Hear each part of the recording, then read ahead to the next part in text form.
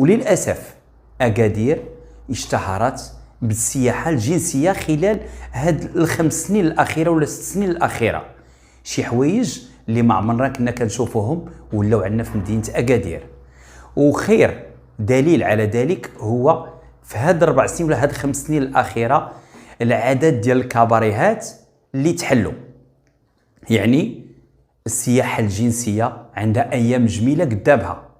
عدد من الكباريهات اللي فيهم شي وحدين مختصين غير الخليجيين. كتعرفوا كاين شي كباريهات اللي ممنوع الرجل المغربي يدخلهم. والله ما سمعت.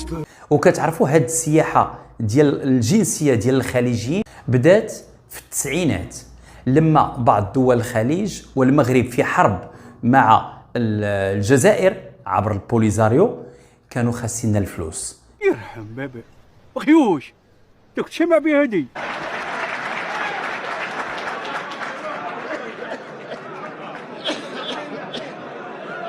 استغفر الله.